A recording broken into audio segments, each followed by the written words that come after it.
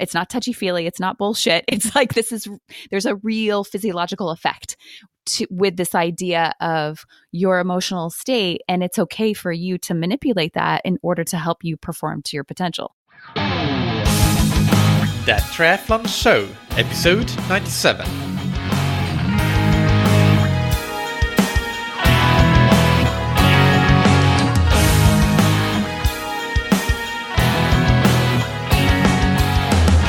Hey, what's up everybody, and welcome back to another episode of That Triathlon Show, the podcast presented by scientifictriathlon.com. I'm your host, Michael, and on today's episode we discuss mental skills, mental toughness, building confidence, dealing with nerves, the psychology of suffering, smiling, and a whole lot of other things with mental skills coach Carrie Cheadle.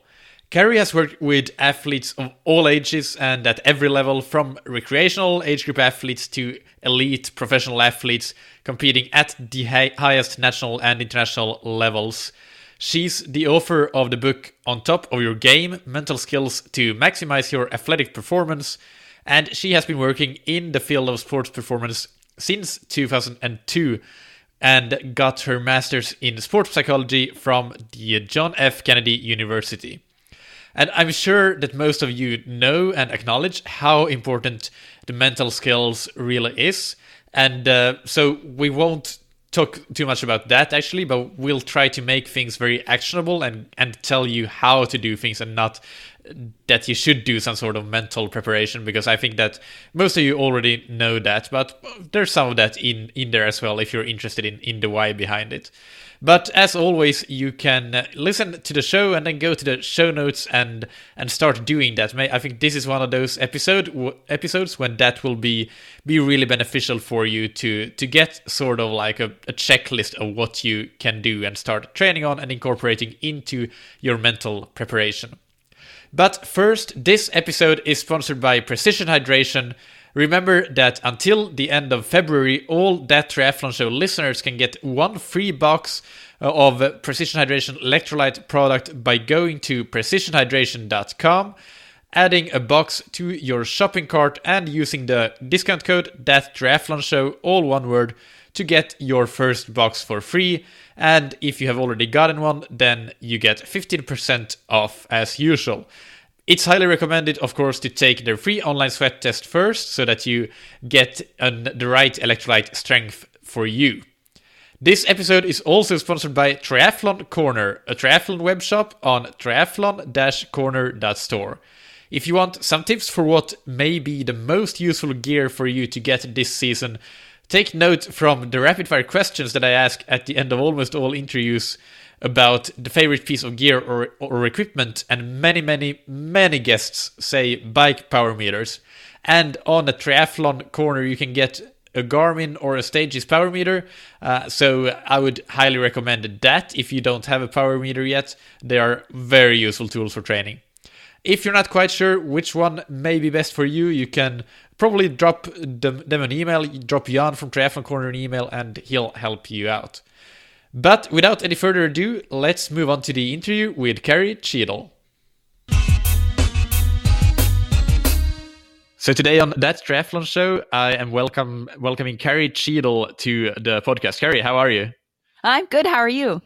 Really good, really good. It's a podcast day here in the Lisbon studio, so it's exciting. I always enjoy these days. And this topic is one that fascinates me a lot. You're a mental skills coach, as I mentioned in the bio already. So yeah, let's start with that from the start. What is mental skills really? Yeah,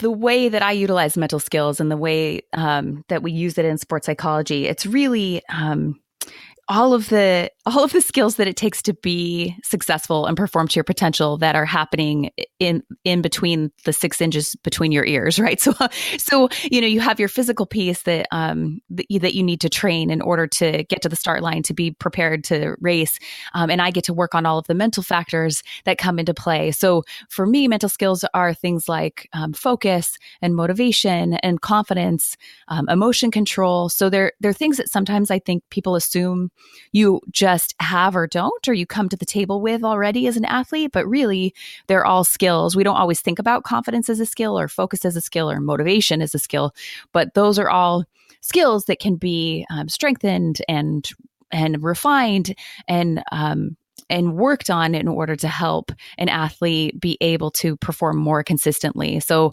when I think of mental skills and the work that I do with my athletes, that's what we're talking about. With endurance athletes, actually, I would add the additional mental skill of, well, I mean, it does come into play with other sports too, but it's kind of the psychology of suffering and the ability to really get to the finish line knowing that you gave it everything that you had that day, and teasing out what aspect of that was mental versus what aspect was physical is sometimes challenging for my endurance athletes. So that's another kind of piece in there for my endurance sports. Yeah, that's such a fascinating topic, and there are a lot of great books and research on that. So I'll look forward to getting into that. but before that, of those mental skills, what do you think are the ones that usually need the most improvement in regular age group endurance athletes? We're just masters of getting in our own way. So for each one of the athletes that I work with, that's part of what I'm assessing, is trying to figure out what this person's goals are and what are some of the things we could work on in order to help them with that. And some of the things that I see, happen with a lot of my age groupers and really across the board, but with my age groupers is, sometimes it's, they put a tremendous amount of pressure on themselves to do well the day of the race because, for a lot of these people, a lot of my athletes, like it's a really big commitment, and you're sacrificing other things in order to be able to do this, to give yourself this gift of like seeing what I'm capable of on race day. So because of that, sometimes there's a tremendous amount of pressure put on the day of. And so a lot of what I'm doing with those athletes is working on the confidence leading up to the event, and then race day confidence, like the pre-performance plan, and really believing that whatever that day brings is what I'm meant to tackle on that race day. With some of my elite athletes and professional athletes, they have more competitions that they're doing to be able to learn from and gauge their feelings of competence and confidence. Whereas some of my age groupers, they might only be doing a couple races a year, even some of them. So they put a lot of eggs into that basket. So that's one of the things I'm working on with them a lot. Perfect. And one thing, mental skills and mental toughness, how are they related? Because mental toughness is another concept that comes up a lot. Yeah, and when we like in popular culture talk about mental toughness, I think what people are, the way that they're conceptualizing that is this idea of, the ability to perform consistently under pressure, and the ability to be resilient in the face of challenges, and the ability to have a tremendous amount of discipline for training and perseverance through the challenges of training and the challenges of race day, and pushing through the pain of effort. So, I think a lot of times that's what we're thinking about when we think about someone that we would identify as being mentally tough. And mental skills are the things that, mental toughness is a state of being, and mental skills are what help you develop mental toughness.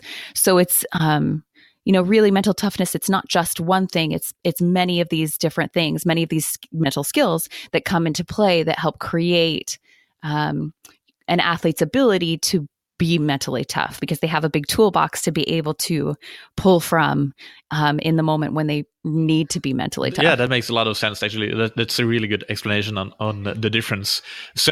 So when it comes to these mental skills that we need to develop mental toughness and to just in general approach training and racing and get the most out of ourselves, what should we do in training or in day-to-day in general, around training, whenever really, before going to bed, to prepare and set ourselves up to be successful with those 6 inches between our ears?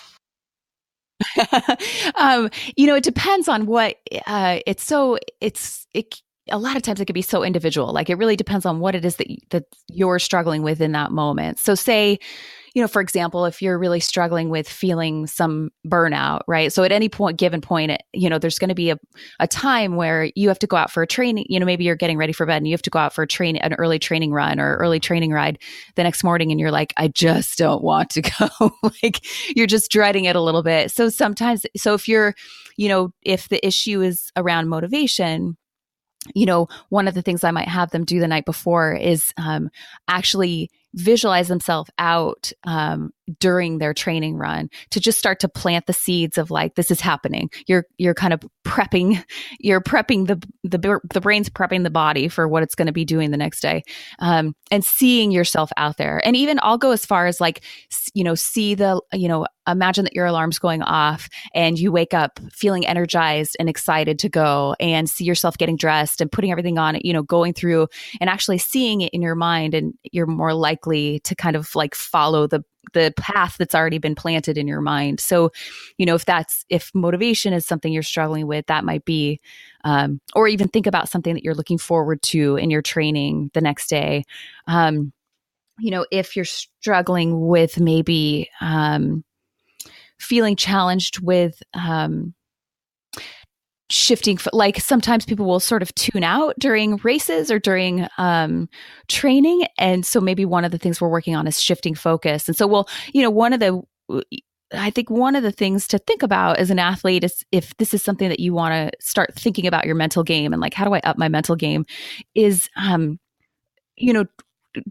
in training, in your daily training, to not only set your physical goal, but what's your mental goal for that day. So maybe it's, maybe you're going to play with, say you're doing intervals. So you're doing a training ride, and on your training plan that day is intervals. Maybe you're going to try different for each interval. You might try something different mentally to see how it feels to imagine that you're chasing someone down. How does it feel when you imagine that there's someone right behind you? Like figuring out what mental tactic works the best for you and utilizing practice to actually build on it versus just going through the motions and checking off like, okay, I checked off the box. I did my training today, but really thinking about training in a way that's like, how can I use this day to improve both physically and mentally, and thinking about that. The other thing I'll do with my athletes that can be really important. So if you're, say, maybe your struggle is something with confidence,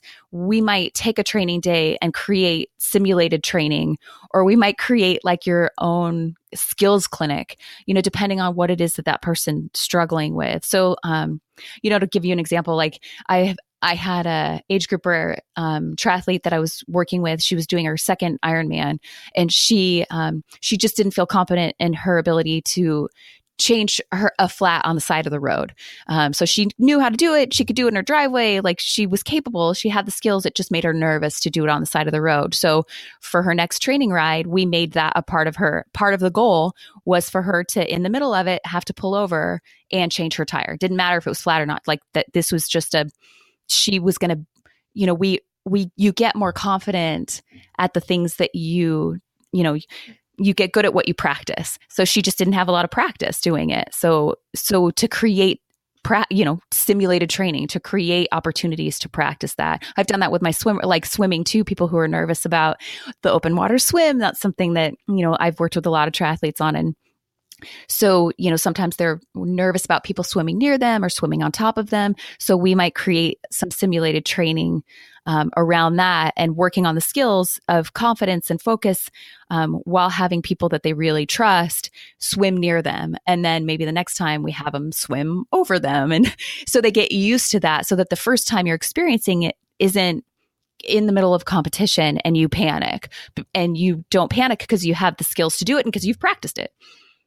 Yeah, brilliant breakdown. And actually, you made me think about I'm using since the last couple of weeks or so, since a previous episode, actually, when I talked with Kate Roberts, former Olympic athlete, or I guess once you're an Olympian, you're always an Olympian. But she had this mantra that in tough workouts, focus on the form, don't focus on the pain. And today, for example, when we're doing these like all out 100-meter intervals in the swim session that we had, I completely started to falling apart after the fifth one, because they were all out. And so yeah, it takes a lot to really to do them. But and I had no way. I think I wouldn't have gotten through them if I hadn't been focusing so much on the form and trying to make that tune out from the pain. And that's a real world example of how you can actually practice your mental skills at the same time as your training.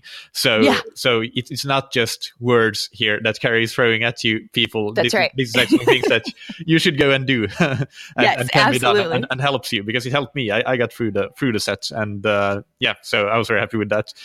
So you mentioned confidence there a bit. Let's go a bit deeper into that, because that's probably something that is lacking for a lot of people, that especially if they're moving up to a longer distance or something that's just unknown to them. How do you develop confidence?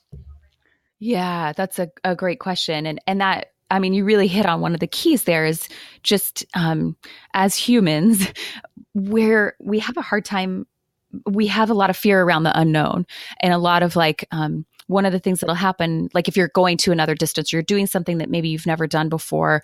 For some people, it just sets off this, the what ifs, well, what if this happens and what if that happens? And in your brain is trying to it's trying to grab onto something so that it can feel,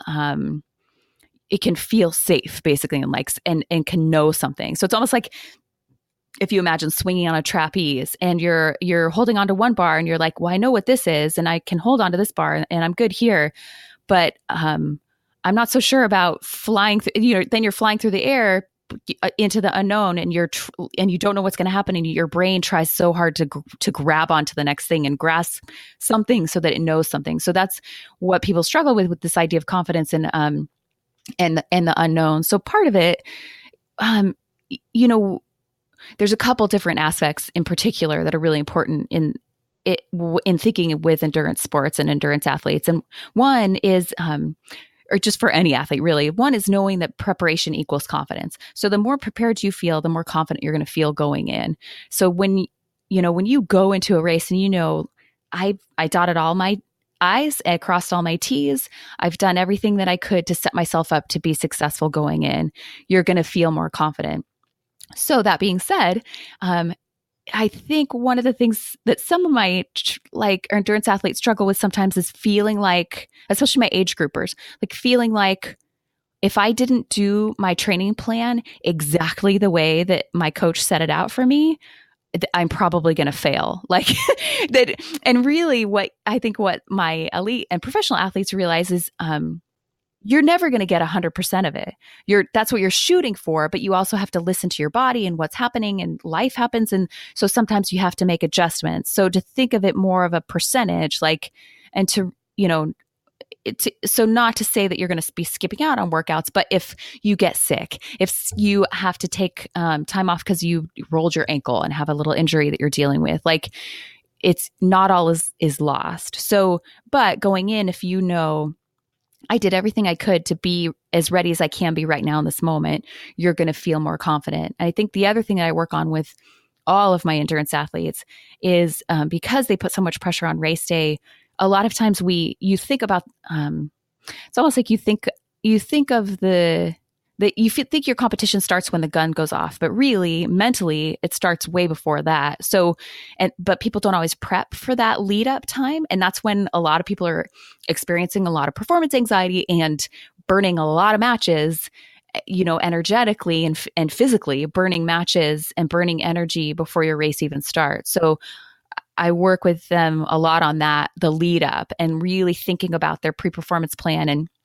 identifying in even the week leading up to a race, especially if you have to travel, thinking through these different time increments and what you need to be doing and how you want to be feeling and what you need to be thinking in order to feel confident and focused in that moment. So it really helps them stay in the present moment instead of time traveling, because that's one of the things that'll kind of mess with our confidence, is time traveling into the future and worrying about the what ifs, when really you don't need to time travel. You need to just, what do I need to do right now in this moment? Are there any other mistakes that people do in the lead up in addition to time traveling mentally, or even just in their physical preparation? Or would that include things like traveling, packing, and all those sorts of things? What are some common issues? I think one of them, one is just not trusting your training. So that's another one I talk to them a lot about, is like, as you go in to your event, wherever you're at that moment in time, like say you're a week out, there's nothing you can do with your training that's going to make up anything on race day. So really it becomes very mental at that point. Like, so really it's like, I did everything I could. I did the best that I could with where I'm at. And now I need to accept, like, I trust my training and this is where I am. And I'll be able to handle anything that race day brings me. And that's okay. So another thing that sometimes is a mistake people will do, and I've even done this, and I know this, I'm an expert in this, and I've still done this, is changing what you eat on race day. Like, so sometimes what happens is, I think, race day comes and you feel like there's just so much energy and excitement and nerves. And sometimes people feel like they need to do something different. Like, this is a big day. This is a big deal. I need to do something different because this is a bigger thing. And they'll do something different when really you need to do exactly what you've been doing that got you to this place successfully in this moment. So don't try and don't change anything major. And it sounds so obvious, right? Like, don't get new shoes, don't change what you eat, but we'll still just want to do that because we're grabbing for something sometimes that will make us feel good and make us feel like we have a little bit of an edge.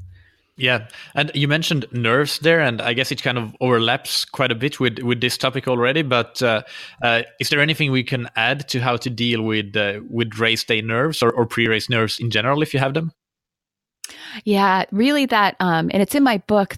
That's why I wrote my book, was because of this topic of, like, I had athletes that loved their sports, but were so debilitated by pre-race nerves that they felt like they wanted to quit their sports. And these were athletes that loved their sport, and they just were like, I don't think I can get a handle on this. And so there's so many things you could do to help with that. And one is this idea of the pre-performance plan, and really dialing that in and being specific with not only what you need to be doing in those time increments, but how you want to be feeling and thinking during them. The other thing is, I'll have you can create your own affirmation list. So sometimes we just need a reminder as you kind of start to get nervous going into your event. Sometimes you just need, like, to grab this piece of paper that you worked on when you were feeling confident and read through your list of race day affirmations that help remind you, oh, I can do this. I can do this. I'm having a moment right now where I'm feeling a little nervous, and that's okay. But I also know that I can handle this. So when you're talking about the pre-performance nerves, there's two different aspects. There's, you want to try and do things that relax the body, like what's going on physiologically, because what's happening with your symptoms, and I'll talk about that in a minute, can exacerbate how anxious you feel. And then you want to also relax the mind, the thoughts that you're having, or work on the emotions, because that contributes to the physiological effects of feeling nervous. So you're kind of working on it at both ends. So the other thing I'm doing is, like, really working on breathing, and relaxation, whatever it is that athlete needs in order to perform to their potential. Because some of us need to be more relaxed and others need to be, like, super excited and pumped up. So that's the first thing, is kind of identify which camp you fall in, so to speak. But with the physiological symptoms of feeling nervous, this is another thing that you can do for yourself. Is sometimes what happens is, when we label, you label the feeling of nerves. Like, there's, for all of us, when you elicit that stress response and start to feel anxiety, there's a physiological response. So there are all these things that are happening in the body. And if you think about it for yourself, like, for a lot of people, they have a racing heart, they might have butterflies, they might get sweaty. Everybody, there's some that are common for a lot of people, and then there's some that are really unique to people. So when we start to feel those physiological symptoms, we sometimes we create an automatic label where you're feeling those symptoms, and then you say, oh, that means I'm nervous, and we label that as bad. So part of it is removing the label of like anxiety is bad and feeling nervous is bad, we remove that label and we also reframe what it is that's happening physiologically. So for me, this was really helpful for me with because I get butterflies, and so for me, my reframe was like, oh, I'm not nervous, I'm excited, and my body's getting me ready to compete. And so as soon as I do that, it just takes the edge off a little bit of the like holding your breath and feeling anxious. So, and that's another really big thing, is really making sure that you're breathing, because a lot of times we tend to hold our breath when we feel nervous, and that actually intensifies the feeling of nervous. Like just breathing shallower, breathing or holding your breath is a signal to the body that you're under duress. Like something's happening. You need to get ready to run or fight because something's happening. So just remembering to breathe is kind of a key aspect in there as well. I used that reframing myself as well, and that was a big game changer. Even though I never struggled with nerves or anything, but just to get the most out of my performance, really to have a super positive mindset when the gun goes, then that actually reframing that potential, those thoughts that you have that are more about nerves and making them be about excitement instead, that really helped a lot. And actually I also noticed that smiling before in Yes. the 30 minutes or so, that helps before the race. Yes, there's some great research on that, so people laugh when or they dismiss it, but like that can be a really important one. They actually did research where they just put a pencil in. You had to bite onto a pencil and hold the pencil in your mouth so that your lips went into the shape of a smile. So you weren't even thinking about anything that made you smile or made you happy. You just had to, the research was they had to put their mouth in that shape, and they showed that even that gives you endorphins. So that's a great tactic, is the smiling. Wow, that's really fascinating. There's another one as well that is really cool by Samuele Marcora, who's a previous guest on this podcast, about how they had people cycle and they had a screen in front of them that flashed really super fast images, so they couldn't even see it, but it was either smiling faces or sad faces, and they performed much better in a time to exhaustion phase when those flashing images that they couldn't see, they just saw the blank screen basically, but their mind perceived the faces somehow. And isn't that amazing? Yeah. And the group that saw the smiling faces, they performed a lot better in the time to exhaustion phase than the other group. I think it's amazing. And I mean, it's really a testament to this idea of how important, how intricately entangled like our emotions are with our performance. And I think we just now hopefully athletes are getting through research. Sometimes we just need to like have it proved some way that it's like, it's not, it's not touchy feely, it's not bullshit. It's like, there's a real physiological effect with this idea of your emotional state, and it's okay for you to manipulate that in order to help you perform to your potential. Yeah, and I think that Marcora study that is a great segue into the next question on suffering, because what they kind of hypothesized was that smiling yourself or perceiving something smiling, that reduces your perception of effort, so you can take on more suffering potentially. And and you have for Training Peaks, that's how I found out about you first, actually, through some webinars and articles that you wrote on Training Peaks about dealing with suffering and pain in training and racing. So let's talk about that. What do you have for us on that topic? Yeah. Any endurance athlete knows that at some point that's like becomes a factor in racing and in training, really, that your ability to push yourself and handle the pain of effort, right? So this is different than the pain of injury that we're talking about, but really understanding the difference between the pain of effort and how to push yourself through that, and how to really know if you've pushed yourself to your physical potential. And one of the really interesting things that I've, in the years that I've worked with endurance athletes, that I've noticed, especially people who've come to endurance sports as an adult that maybe didn't necessarily have athletic experience growing up. So they weren't necessarily, doing sports and weren't necessarily athletes as they were growing up. And now they're coming into endurance sports. They don't have a framework in the beginning of understanding that the difference between pain of suffering and pain that's a signal that's like your body's telling you to stop.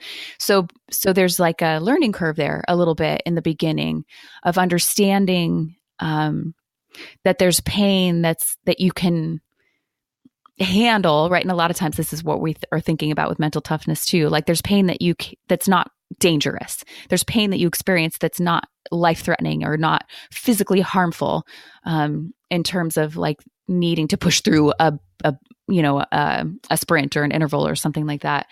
And then there's pain that is dangerous, that is a sign that like, something's wrong with your body, you need to back off.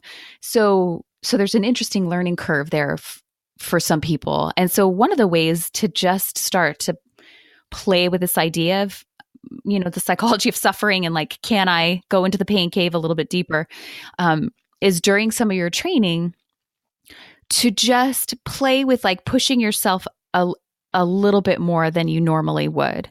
So say in your mind, you've identified that this is going to be, that you're going to run to a certain length. Maybe you're doing some speed work and you're going to, your speed work is going for a certain distance. Just running like 10 steps past that identified distance can start to help your brain recognize like, oh, I've got more in me than I realize. Because a lot of times, if you identify, it's like that idea of, if you've ever had that experience on a bike where you like the false peak, right? So you're riding and you're on a climb and you see the top of the climb, what you think is the top of the climb. So you see the top of the climb and you get up there and realize, oh my God, it still goes. And all of a sudden your body is just like shuts down. It's just like suddenly feels the burning in your legs even more intensely. And you kind of want to just pull over and throw your bike off the mountain and never ride again. Like, because you had this expectation that was it. So your body like has worked together to go, okay, we've got enough to go there. And you've identified that as the stopping point. And when you have to continue past that, your brain is just like, no. So creating ways to actually do that and I call it go 1%. Can I go 1% more? Not even 10%. Don't even worry about like, can I put, because a lot of times I think we think too far in a way where it's like, I got to be pushing 100%. And it's like, what, can I just go 1% more? Chances are yes, especially age groupers, like really like, yes, you can go 1% more. So, and it feels like something that's manageable and isn't daunting to think like, I don't have 10% more. Do I have 1% more? Yeah, I can do this. So play with this idea during training of like, can I go 1% more in all different ways? Like, do you go, 10 seconds past your interval on the bike? Can you run, 20 steps past where you had said you were going to stop running, just to see like, okay, yeah, I can push through that. So that's one of the things I'll play with, with this idea of training for suffering in a way. There's a couple other things that can be really great to have in your toolbox. One is, so your brain is only capable of like, it takes in one piece of information and it's processing that information. And then maybe if you're an expert in that, it can bring in another piece of information and it kind of goes back and forth between them. But really we're only meant to kind of be processing one thing at a time.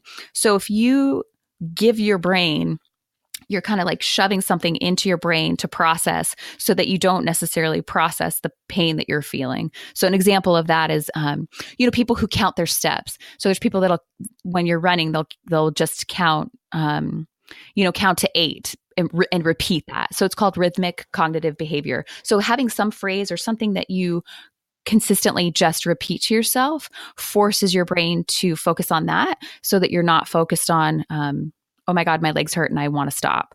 Because as soon as you start to focus on the pain, you'll see that sometimes you feel it even more intensely.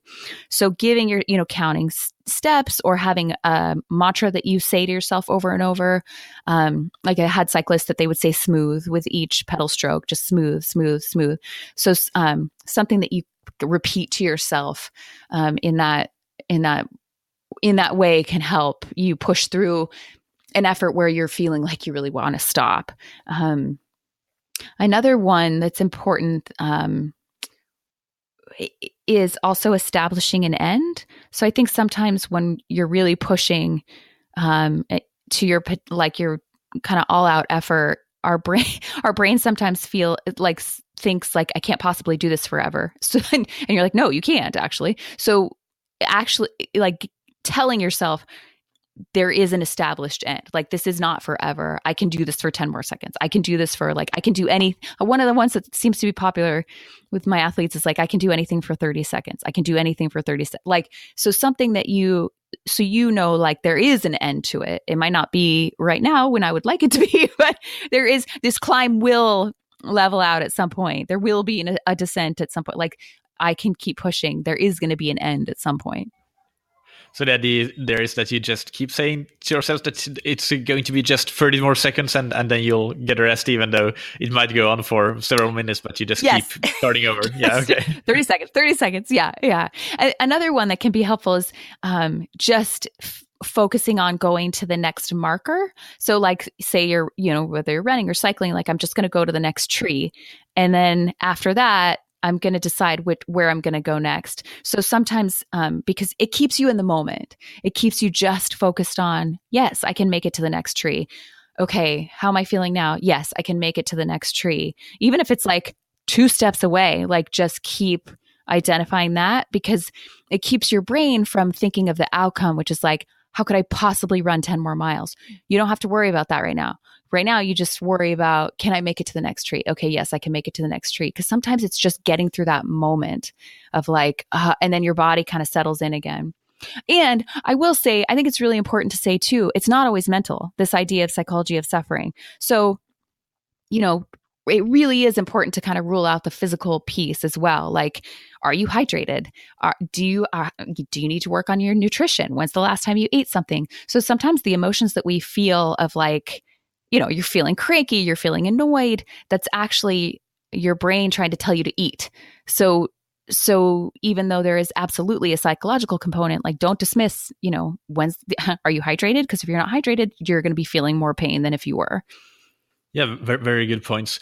How long do you think it takes to develop, or at what rate can you improve your ability to suffer? Is that really takes a long, long time, and maybe you need to work for many years to get, and how much of it is innate and how much is trainable?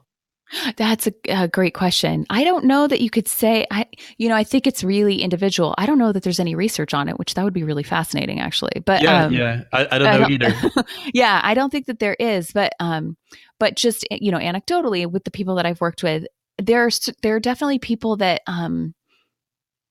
it comes more innately than others, right? There are some people where it's like, they have the opposite problem where it's like, they have this insane ability to push themselves, but maybe they actually haven't trained their body to be able to do that. And then they end up getting injured, but they just have this incredible ability to tolerate pain. So pain tolerance really is so subjective and so individual that it just depends on the person in terms of like how long it would take to train it. So, so I don't think that there's a, unfortunately, right? Because we would already know, like people would already be presenting on this. If we had a formula, it's like, okay, if you do this for X amount of time, you're going to be good. Like, so we don't really have that, but there are things where you can, wherever you're at right now, you can work on in order to at least know, like, I really did give it everything that I had on race day that I was capable of giving. I think that's the other thing that, that's a little bit different that we haven't really touched on, that my endurance athletes struggle with sometimes is the struggle between life and training, meaning sometimes they'll struggle with like, well, yeah, I could have, if I could, if I could train full time, I know what I would be capable of, and I could go faster and I could do these things, but there's other things that I value, that are important to me, that I need to balance in here. And our ego doesn't always like that.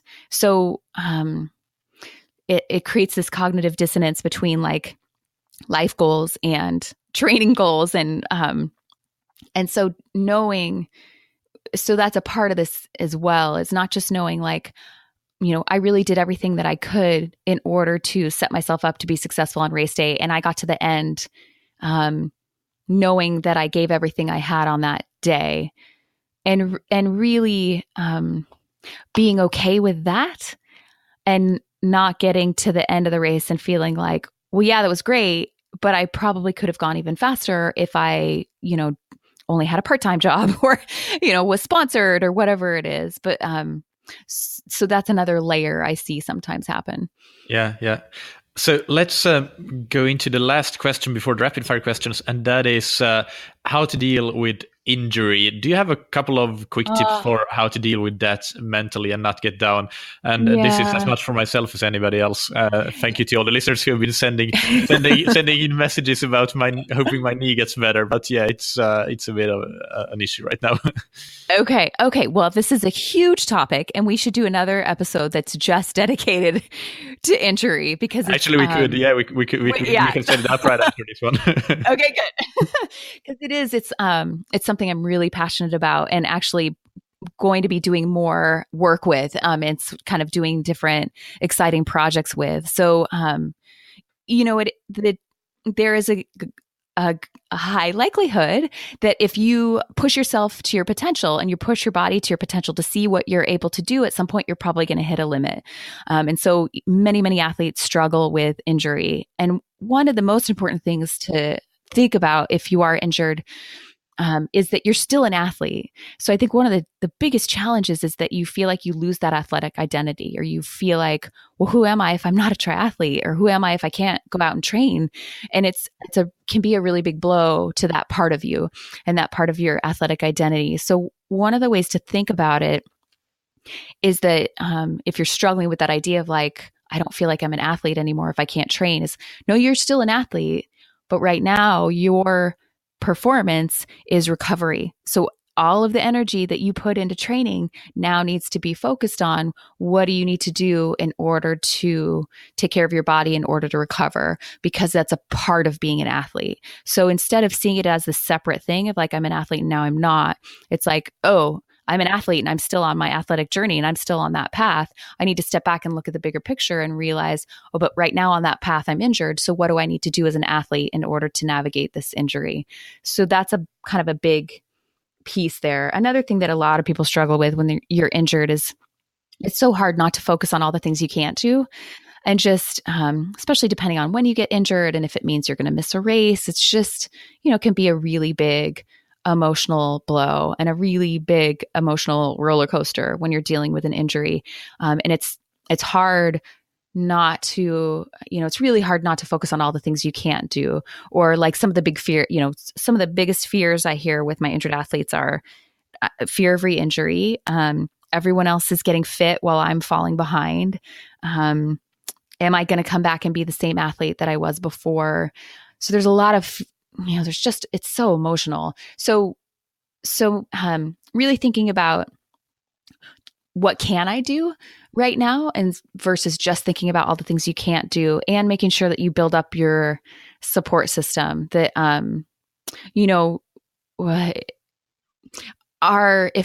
when you're stressed, it can have an impact. It can potentially have a detrimental impact on your healing rate and your body's ability to heal. So anything that you can do to help manage your stress, which is like such a hard thing to tell an injured athlete, because it's like one of the most stressful things you're going to go through is being injured, but like try not to be stressed out about it because it's going to affect your healing rate. But, anything that you could do to like, be with friends and watch your favorite funny movie and, just do things that feel good, even though you're injured, is kind of an important part of your recovery process. Yeah, that makes sense. And actually, yeah, let's schedule a follow-up episode and talk about Okay. injuries. That sounds good. That sounds good. One question that I didn't ask when we talked about the scenarios at the beginning of some of the things that people might want to work on is there a way to self-assess what your what are your main priorities or what they should be when it comes to mental skills? Oh, that's a great question. One thing you can do, there's this thing that we use in sports psychology. It's called a performance profile. And basically, and the way I use it with my athletes, it's like identifying. And the way you could do this specifically with mental skills is you can identify for you, like for each individual athlete. So for you, what do you feel like are the top 8, say, mental skills you need in order to be successful in your sport? And you kind of think through what those might be and write those down. And then you can assess yourself and on 2 different scales. So one is, how important is this skill to being successful? And so you rank on a scale of 0 to 10. 0 is like, this isn't really important. And 10 is like, this is the most important thing. So say it might be, the skills might be like, my ability to push through pain, my ability to focus during training, these different skills. So whatever you identify, like how important is that to being successful? And then the second skill you rate it on is, what's my abilities in that particular skill? How do I feel like I'm doing? And it's all subjective. So like, don't overthink it. It's just like, this is for you to kind of get a gauge. And when you do this all on a piece of paper and like see it actually written out. So I have the athletes like actually do it in a little bit of a graph. So there's like visual components. So you can kind of see all these different skills, and we'll do it with physical skills too. But you see like, oh, okay, I've rated myself on this one as like a 4, but I've said the importance is an 8. So you kind of see all this visually, and you can look and see like, what do I feel like if I worked on it would give me the most bang for my buck, so to speak? Like, which one do I feel like would really help my performance the most? And you can see kind of some of the discrepancies, and then that might be a good place to start. So you might identify like, okay, yeah, my motivation and my race day resilience, those are the 2 things I need to work on the most. And so you actually break down those into a goal, which that's kind of like a whole separate topic. It's like the kind of the skill of goal setting and being effective with working towards a goal. But actually, it's one thing to say like, I need to be more motivated. Well, what does that mean? Like, that's great. But how do you actually break that down into a specific goal and something that you can work on and see that you've improved on? So that's, the performance profile is kind of a good way to assess, well, where am I at right now? And where do I feel like it might be good to work towards? And how can I start to move myself in that direction?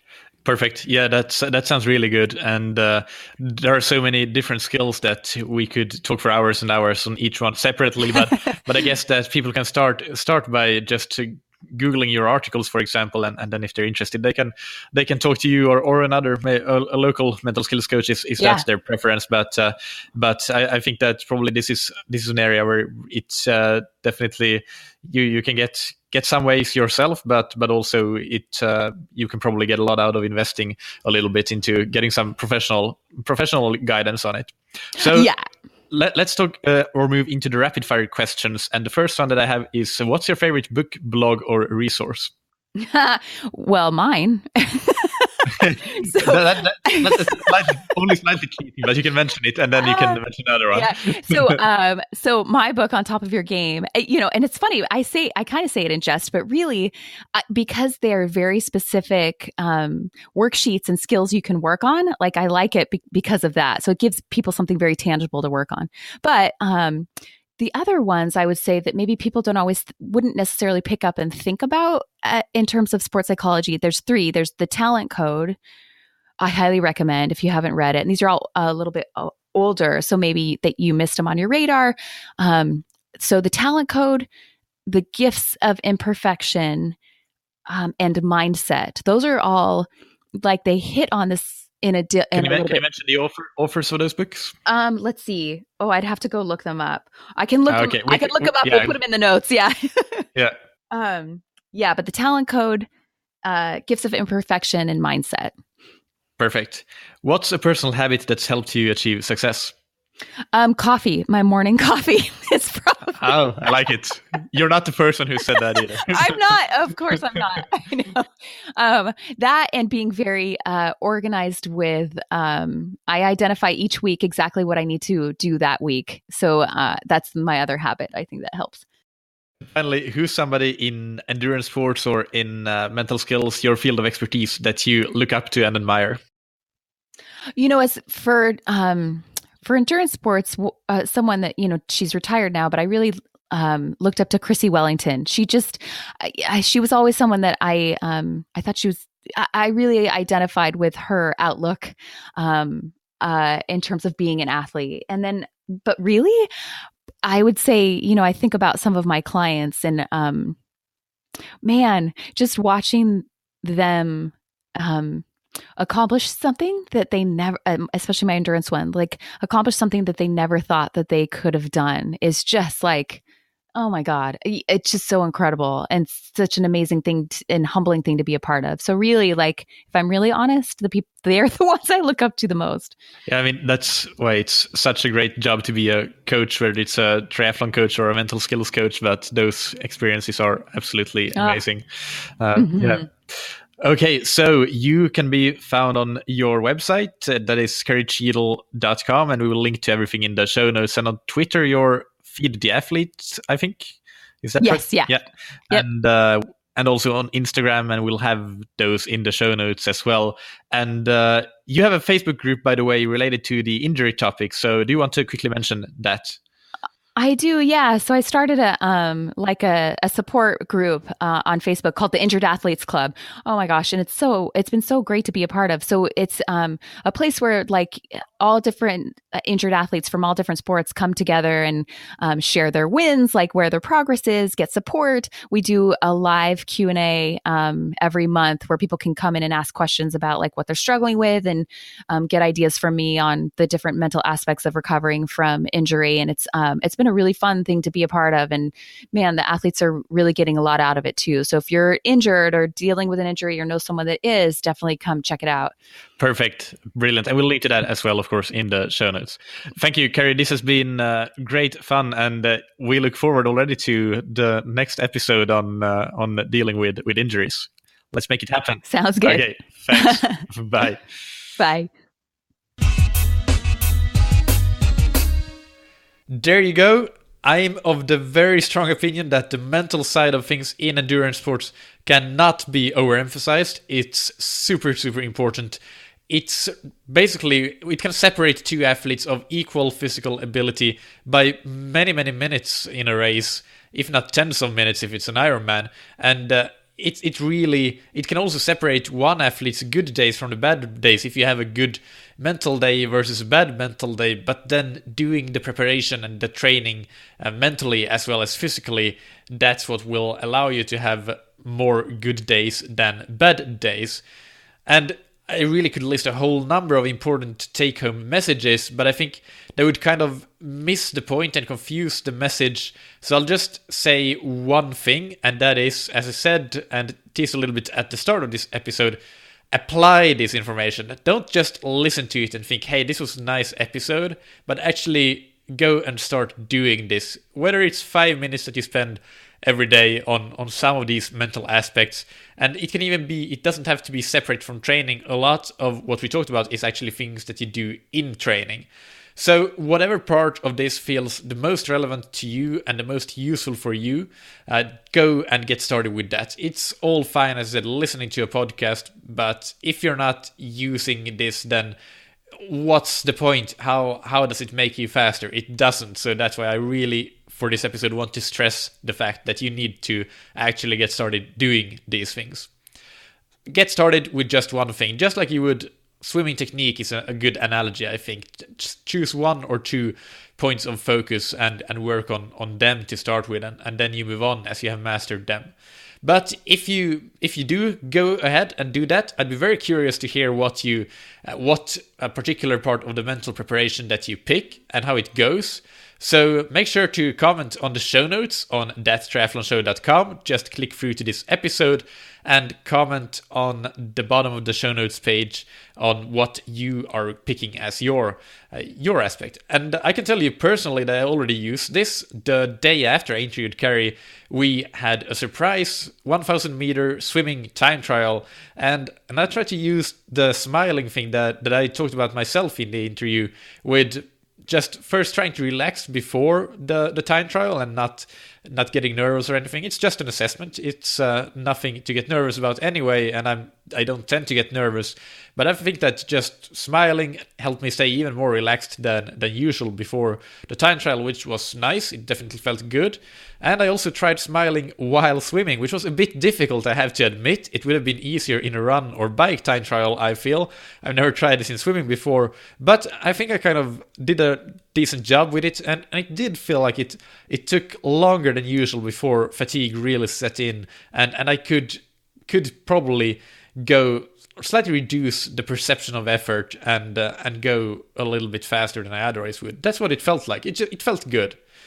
So yeah, that's about it for the take-home messages. One thing I'd like to mention is that if you haven't already liked Scientific Triathlon on Facebook, go ahead and do that, because I often post before doing interviews and give you the chance to ask your questions of the experts that I bring on. So Scientific Triathlon, just type that in your Facebook search bar and go and like that.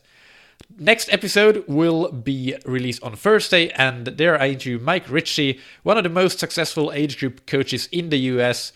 He has been the USAT Coach of the Year, among other accomplishments, and we talk about quality over quantity for age group triathletes.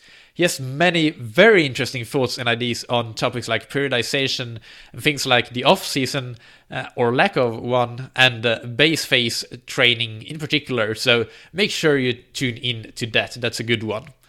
Finally, thank you to Triathlon Corner for supporting That Triathlon Show. Triathlon Corner can be found on triathlon-corner.store. It's the new online home of shopping the best triathlon products in the world to great prices. They have great deals there.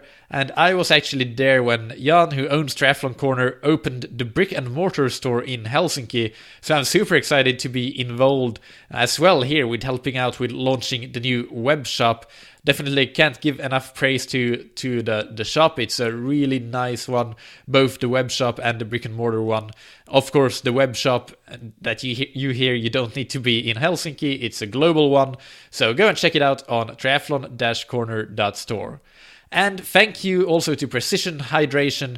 Make 2018 the year that you don't let incorrect hydration and electrolyte intake stop you from achieving your goals through cramping and other stuff that is easily preventable with just the right preparation, just like you need to prepare mentally.